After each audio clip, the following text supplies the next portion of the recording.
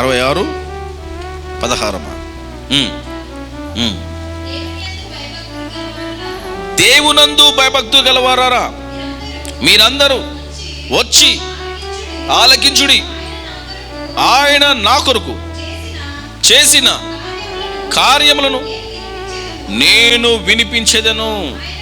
ఆయనకు నేను మొర్ర పెట్టి తిని, అప్పుడే నా నోట శ్రేష్టమైన కీర్తనుండెను. నా హృదయములో నేను పాపమును లక్ష్యము చేసిన ఎడల ప్రభు నా మనవి. ఆమేన్. హల్లెలూయా. నువ్వు చేసేది ఒకటి, దేవుడు చేసేది ఒకటి. హల్లెలూయా. అన్నీ కరెక్ట్ ఉంటాయి, కానీ లోపల పాపం ఉందనుకో, వింటాడా మనవి?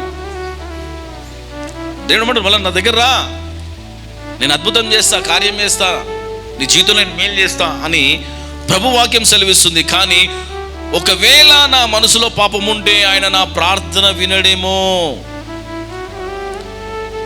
హల్లెలూయా. ఇప్పటి వరకు వినలేదేమో, అందుకే నీ జీవితంలో కార్యాలు అవుతలేమో, నీ కుటుంబంలో కార్యాలు అవుతలేమో. మనిషికి తగ్గట్టు దేవుడు ముళ్ళు పెడతాడు నీ శరీరంలో, గుర్తుంచుకోండి. నువ్వు ఎంత తట్టుకోగలవో అంతే వేదన ప్రభువు ఇవ్వగలడు, అంతకు మించి భారం దేవునికి ఇవ్వడు. హల్లెలూయా. ఈరోజు మనిషికి వేదన లేని మనిషి ఎవరు లేరు, బాధ లేని మనిషి ఎవరు లేరు. ఆ బాధ ఎందుకు పుట్టిస్తున్నాడంటే నువ్వు ఆయన దగ్గరికి రావాలని. హల్లెలూయా.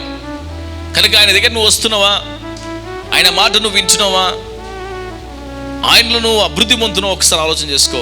దావీదు అంటా ఉన్నాడు, ప్రభువా నిజమే, ఒకవేళ నాలో పాపం ఉంటే నువ్వు నా ప్రార్థన వినవేమో. హల్లెలూయా. ఇంకేమన్నా చూడ అక్కడ, నిశ్చయముగా దేవుడు నా మనవి అంగీకరించున్నాడు, ఆయన నా విజ్ఞాపను ఆమేన్ వినాలండి. నీ మాట దేవుడు, నీ మాట అందరు వింటారు. హల్లెలూయా. ఎవరు వింటారు మీ ఇంట్లో? ఫస్ట్ మీ మాట ఎవరు వింటారు? ఫస్ట్ మీ ఇంట్లో మీ ఆయన ఉంటాడు. భార్యలు ఉంటేనేమో వాళ్ళ ఆయనలు వింటారు, వినకపోతే ఊకుట్రాలు. హల్లెలూయా. మీ పిల్లలు వింటారు. ఇప్పుడు నీ మాట ఎవరు వినాలా? నీ విజ్ఞాపన ఎవరు వినాలా? నువ్వు ఒక ప్రార్థన చేసినావు, ఇప్పుడు సంఘంలో వచ్చి మోకరించి ఎంతమంది పశ్చాత్తపడండి, అలా చేయలేపండి. ప్రభు సన్నిధిలో, దేవా నా పాపాన్ని క్షమించు ప్రభు. ఎంతమంది మోకరించి ప్రార్థన చేశారు? మోకరించి చెప్పుకురా. సంఘంకి రావాలి, ఫస్ట్ మోకరించి నువ్వు పశ్చాత్తపడాలి. మోకల్ని తిండి దేవుని అడగాల, ప్రభువా నాలో ఉన్న ప్రతి కల్మషాన్ని, పాపాన్ని తీసే ఈరోజు నూతనంగా నా హృదయాన్ని మార్చు ప్రభు. నీ మనవి, నీ ప్రార్థన దేవుడు వినాలా. నువ్వు ఒక అంశ ప్రభు దగ్గర పెడతావు, ఏదో కొందరు దడదడి ప్రార్థించడం ఆమెను పోతారు. అది కాదండి. నువ్వు ఏ అంశ అయితే నువ్వు ప్రభు దగ్గర పెట్టినావో ఆ మనవి ప్రభువు నీ మాట విని నీకు చెయ్యాలా. నీ మనవి వింటలేడంటే నువ్వు దేవుని మాట వింటలేనంటే. అందుకే రోజు అంటున్నా, ఆయన దగ్గర నువ్వు గోచాడు, పెనుగులాడు. పాపాత్రులైన స్త్రీ పాదాల దగ్గర పడి ఏడ్చింది. ఎన్నోసార్లు మనం వాక్యం ధ్యానిస్తాం. 12 సంవత్సరాల నుంచి రక్తగల స్త్రీ, యేసు ప్రభు ఎక్కడో గుంపులో ఉన్నాడు, ఆయన నా మాట వింటాడు ఉన్నట్లు, కానీ విశ్వాసంతో వెళ్ళి నేను చెంగును ముట్టుకుంటే చాలు నా రోగమో స్వస్థపరచబడుతుంది. వెళ్ళిపోయి పట్టుకుంది విశ్వాసంతో. విన్నాడు, చూసిండు, నాలో ఏదో ప్రభావం అయింది. వెనకాల నా షెట్టోరు ముట్టుకుని వెనక తిరిగి చూసిండు. ప్రభువా నేనే, ఇప్పుడే నువ్వు స్వస్థ పొందు, వెళ్ళిపోయిక. పాపాత్రుడు ఏడ్చింది, ఏడ్చి ఏడ్చి ఏడ్చి ప్రభు కూడా ఓకే నమ్మకంగా వచ్చి జనురాలు అందించిన వాక్య సందేశము ద్వారా ఆత్మీయంగా దీవింపబడినారని నమ్ముచున్నాము. దేవుడు మిమ్మల్ని ప్రేమిస్తూ సువార్తను ప్రకటిస్తూ విశ్వాస పరిచర్యకు సహకారంగా ఉండండి.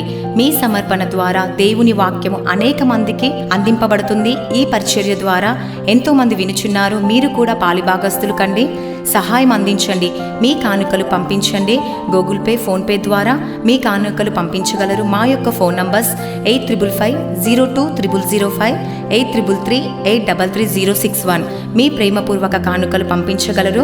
అదే దేవుని సేవలో నమ్మకముగా వాడబడతాయి. అదే విధముగా మన యూట్యూబ్ ఛానల్ సబ్స్క్రైబ్ చేయండి, లైక్ చేయండి, షేర్ చేయండి. మాతో కలిసి పాలి భాగస్తులు కండి.